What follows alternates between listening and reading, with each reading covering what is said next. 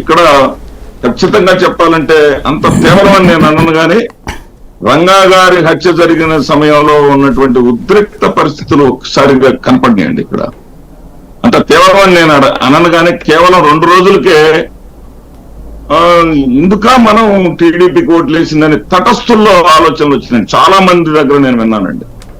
ఇంత పరిస్థితులు ఎందుకు వచ్చినాయి అంటే, విద్యానగర్ లో అతను ఎక్కడో రాయలసీమ నుంచి వచ్చి బతకడానికి వచ్చాడు సార్, మన గుంటూరు విద్యానగర్ లో. అతను రెడ్డి ఓట్లని పెట్టుకున్నాడు. ఆ రెడ్డి ఓట్లని పెట్టుకుంటే ఆ రెడ్డి బోర్డును కింద పగలగొట్టి చేసి అతన్ని కాళ్ళు పట్టేదాకా వదలకుండా కొట్టారు సార్ విద్యానగర్ గుంటూరులో. మరి నూజివీడులో చూసాం, నూజివీడులో కత్తితో పడుస్తుంటే పోలీసులు పక్కన నుండి ప్రేక్షక పాత్ర చూస్తా ఉన్నారు. మరి భరత్ గారిది రాజమండ్రిలో ఫ్లైఓవర్ శిలాఫలకం దగ్గర పోలీసులు చుట్టూ ఉన్నారు. వాళ్ళేంటో మరి ఊరికే ఏదో చేపట్టుకొని ఇట్లా అంటా ఉన్నారు. వాళ్ళు చేసిన పని వాళ్ళు చేస్తా ఉన్నారు. కొడాలి నాని గారి ఇంటి ముందు కూడా అంతే. ఎంత దారుణంగా ఉందంటే పరిస్థితి చూస్తా ఉంటే. ఇదొక్కటే కాకుండా శ్రీకృష్ణదేవరాయ యూనివర్సిటీకి వెళ్ళి మీరు రాజీనామా చేసి వెళ్ళిపోండి, వైఎస్ఆర్ విగ్రహాన్ని మీరే తీసేయండి అని అన్నారు. వాళ్ళు తీయలేదు. సరే, వాళ్ళు చేతుల్లో పని కాదు కదా, ప్రభుత్వం వచ్చిన తర్వాత తీస్తారు కదా, వాళ్ళు తీయలేదు. వీళ్ళు పోయి తీసుకెళ్లి ఇన్స్ట్రుమెంట్స్ తీసుకెళ్లి మెకానిజం తీసుకెళ్లి తీసి లాగి పారేశారు. ఎటు పోతున్నాం సార్ మనం? ఇప్పుడు ఫలితాలు వస్తున్నటువంటి